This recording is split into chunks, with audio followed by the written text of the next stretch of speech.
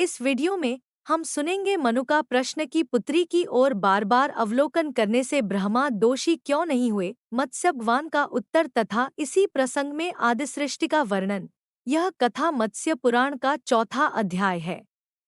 मनु ने पूछा, सर्वव्यापी भगवन, अहो, पुत्री की ओर बार बार अवलोकन तो अत्यंत कष्ट का विषय है, परंतु ऐसा कर्म करने पर भी कमलयोनि ब्रह्मा दोषभागी क्यों नहीं हुए तथा उनके सगोत्र पुत्रों का परस्पर वैवाहिक संबंध कैसे हुआ?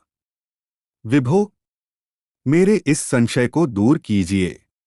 मत्स्य भगवान कहने लगे, राजन, रजोगुण से उत्पन्न हुई यह शत्रुपारूपी आदिसृष्टि दिव्य है। जिस प्रकार इस मूल प्रकृति की इंद्रियां इंद्रियों के विषयों से अतीत हैं, उसी प्रकार इस शतरूपा सहस्ररूपा नारी का शरीर भी इंद्रियातीत है। यह दिव्य तेज से संपन्न एवं दिव्य ज्ञान से समुद्भूत है। आठ मांस पिंडरूप नेत्रधारी मानवों द्वारा इसका भली भांति वर्णन नहीं किया जा सकता। जैसे सर्पों मार्ग को सर्प तथा संपूर्ण पक्षियों के मार्ग को आकाशचारी पक्षी ही जान सकते हैं, वैसे ही शत्रुपा आदि दिव्य जीवों के अचिंत्य मार्ग को दिव्य जीव ही समझ सकते हैं, मानव कदापि नहीं जान सकते। राजेंद्र, चूंकि देवताओं के कार्य करने योग्य अर्थात उचित तथा अकार्य न करने योग्य अर्थात अनुचित, शुभ एवं अशुभ फल देने वाले नहीं होते, इसलिए उनके विषय में विचार करना मानवों के लिए श्रेयस्कर नहीं है। दूसरा कारण यह है कि जिस प्रकार ब्रह्मा सारे वेदों के अधिष्ठाता हैं, उसी प्रकार शत्रुपारूपी गायत्री ब्रह्मा के अंग से उत्पन्न हुई बतलाई जाती हैं। इसलिए यह मिथुन रूप जोड़ा अमूर्त अव्यक्त या मूर्तिमान व्यक्त दोनों ही रूपों में कहा जाता है। यहाँ तक कि जहाँ जहाँ भगवान ब्रह्मा हैं, वहाँ वहाँ गायत्री रूपी सरस्वती देवी भी हैं, और जहाँ जहाँ सरस्वती देवी हैं, वहीं वही ब्रह्मा भी हैं। जिस प्रकार धूप सूर्य छाया से विलग होकर कहीं भी दिखाई नहीं पड़ते, उसी प्रकार गायत्री भी ब्रह्मा के सामीप्य को नहीं छोड़ती हैं। यद्यपि ब्रह्मा वेद समूह रूप हैं और सावित्री या सरस्वती उनकी अधिष्ठात्री देवी हैं, इसलिए ब्रह्मा को सावित्री पर कुदृष्टि डालने से कोई दोष नहीं लगा। तथापि उस समय अपने उस कुकर्म से प्रजापति ब्रह्मा लज्जा से अभिभूत हो गए और कामदेव को शाप देते हुए यों बोले, चूंकि तुमने अपने बाणों द्वारा मेरे भी मन को भली भांति क्षुब्ध कर दिया है, इसलिए भगवान रुद्र शीघ्र ही तुम्हारे शरीर को भस्म कर डालेंगे। तदंतर कामदेव ने बड़ी अनुनयविनय से ब्रह्मा को प्रसन्न किया। वह बोला, मानद, इस विषय में आपका मुझे निष्कारण ही शाप देना उचित नहीं है। चतुरानन, आपने ही तो मुझे इस प्रकार संपूर्ण देहधारियों की इंद्रियों को क्षुब्ध करने के लिए पैदा किया है। विभो, आपने ही पहले मुझे ऐसी आज्ञा दी है कि स्त्री पुरुष का कोई विचार न करके तुम प्रयत्नपूर्वक सर्वत्र सर्वदा उनके मन को क्षुब्ध किया करो। इसलिए विभो, मैं निरपराध हूँ, तथापि आपने मुझे वैसा शाप दे डाला है। आथ भगवन, मुझ पर कृपा कीजिए, जिससे मैं पुनः अपने पूर्व शरीर को प्राप्त कर सकूं। ब्रह्मा ने कहा, कामदेव, वैवस्वत मनवंतर के प्राप्त होने पर असुरों के विनाशक श्रीराम जब मेरे बल पराक्रम से संपन्न होकर मानवरूप में यदुवंश में बलराम रूप से अवतीर्ण होंगे और द्वारका को अपना निवास स्थान बनाएंगे, उस समय तुम उन्हीं के समान बल पराक्रमशाली उनके भ्राता श्री कृष्ण के पुत्र रूप में उत्पन्न होगे। इस प्रकार शरीर को प्राप्त कर द्वारका में संपूर्ण भोगों का भोग करने के उपरांत तुम भरतवंश में महाराज वत्स के पुत्र होगे। तत्पश्चात विद्याधरों के अधिपति होकर महाप्रलय पर्यंत धर्मपूर्वक सुखों का उपभोग करके मेरे समीप वापस आ जाओगे। इस प्रकार शाप और कृपा से संयुक्त कामदेव शोक और आनंद से अभिभूत होकर जैसे आया था, वैसे ही चला गया। मनु ने पूछा, भगवन, आपने जिनके वंश में कामदेव की उत्पत्ति बतलाई है, वे यदु कौन है? भगवान रुद्र ने कामदेव को किस लिए और कैसे जलाया? तथा भरतवंश में पहले किसकी और कौन सी सृष्टि हुई थी?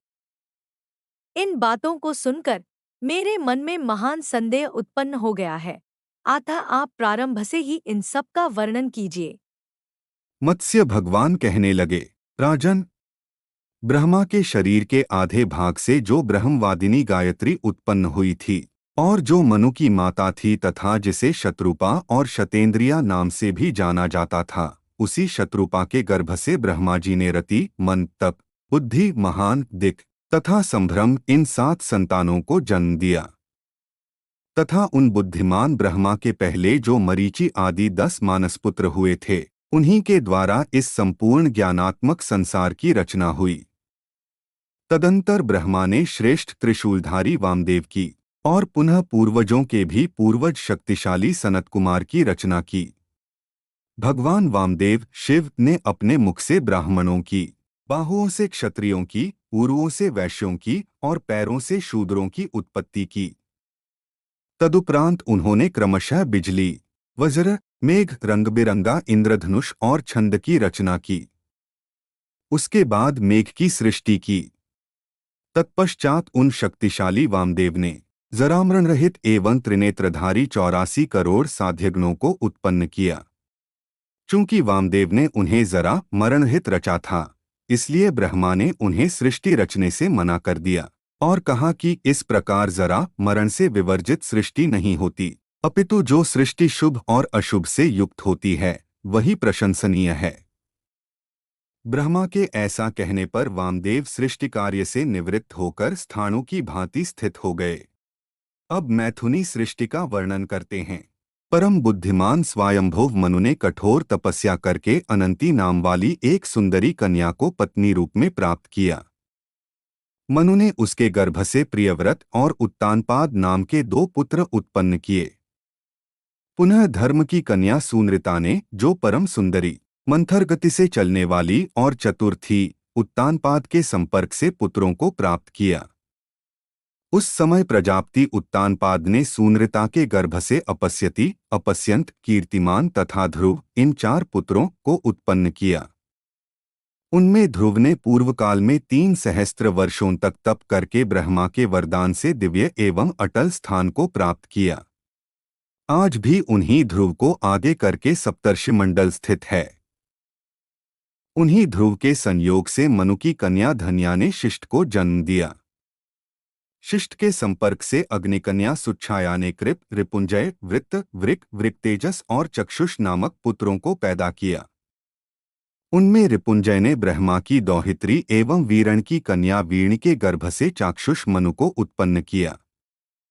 चाक्षुष मनु ने राजपुत्री नडवला के गर्भ से उरु, पुरु, तपस्वी शतद्युम्न, सत्यवाक, हवि, अग्निष्टुत, अतिरात्र, सुद्युम्न, अपराजित और 10वां अभिमन्यु इन 10 निष्पाप एवं शूरवीर पुत्रों को पैदा किया। आग्नेय ने उरु के संयोग से अग्नि, सुमंस, ख्याति, क्रतु, अंगिरस और गयन 6 परम कांतिमान पुत्रों को जन्म दिया। पितरों की कन्या सुनीता ने अंग के संपर्क से वेन को उत्पन्न किया। वेन अत्यंत अन्यायी था। जब वह विप्रशाप से मृत्यु को प्राप्त हो गया, तब ब्राह्मणों ने उस अन्यायी वेन के हाथ का मंथन किया। उससे महातेजस्वी पृथु नाम का पुत्र प्रकट हुआ। उनके अंतर्धान और हविर्धान नामक 2 पुत्र उत्पन्न हुए। उनमें अंतर्धान ने शिखंडिनी के गर्भ से मारीच नामक पुत्र पैदा किया। अग्निकन्या धिषणा ने हविर्धान के संयोग से प्राचीन, बर्हिष, सांद, यम, शुक्र, बल और शुभ इन 6 पुत्रों को जन्म दिया। इनमें महान ऐश्वर्यशाली प्राचीन बर्ही प्रजापति थे।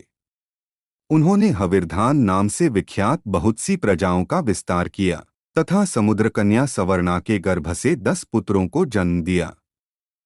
वे सभी धनुर्वेद के पारगामी विद्वान थे तथा प्रचेता नाम से विख्यात हुए। रविनंदन इन्हीं प्रचेताओं के तप से सुरक्षित रहकर वृक्षजगत में चारों ओर शोभा पा रहे थे, परंतु इंद्रदेव के आदेश से अग्नि ने उन्हें जलाकर भस्म कर दिया। तत्पश्चात चंद्रमा की कन्या, जो मारिशा नाम से विख्यात थी, उन प्रचेताओं की पत्नी हुई। उसने उनके संयोग से एक दक्ष नामक श्रेष्ठ पुत्र को जन्म दिया। दक्ष की उत्पत्ति के पश्चात उस सोमकन्या ने समस्त वृक्षों और औषधियों को तथा चंद्रवती नाम की नदी को उत्पन्न किया। चंद्रमा के अंश से उत्पन्न हुए उस दक्ष प्रजापति की 80 करोड़ संतानें हुईं, जो इस समय लोक में सर्वत्र फैली हुई हैं और जिनका विस्तार मैं आगे वर्णन करूंगा। उनमें से किन्हीं के 2 पैर थे तो किन्हीं के अनेकों पैर थे। किन्हीं मुख टेढ़े मेढ़े थे तो किन्हीं के कान खूंटे जैसे थे तथा किन्हीं कान बालों से आच्छादित थे।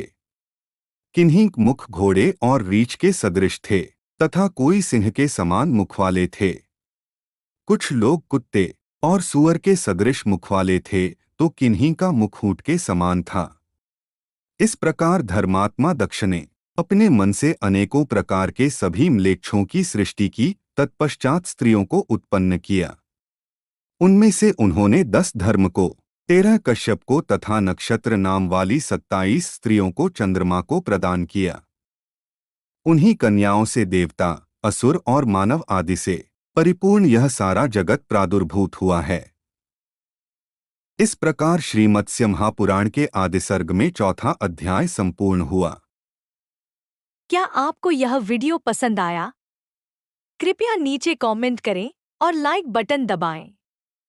यदि आप मत्स्य पुराण कथा शुरू से सुनना चाहते हैं, तो कृपया इसे क्रम अनुसार सुनने के लिए हमारी प्लेलिस्ट पर जाएं। मत्स्य पुराण को अधिक से अधिक भक्तों तक पहुंचाने के लिए कृपया हमारे चैनल को सब्सक्राइब एंड शेयर करें। धन्यवाद।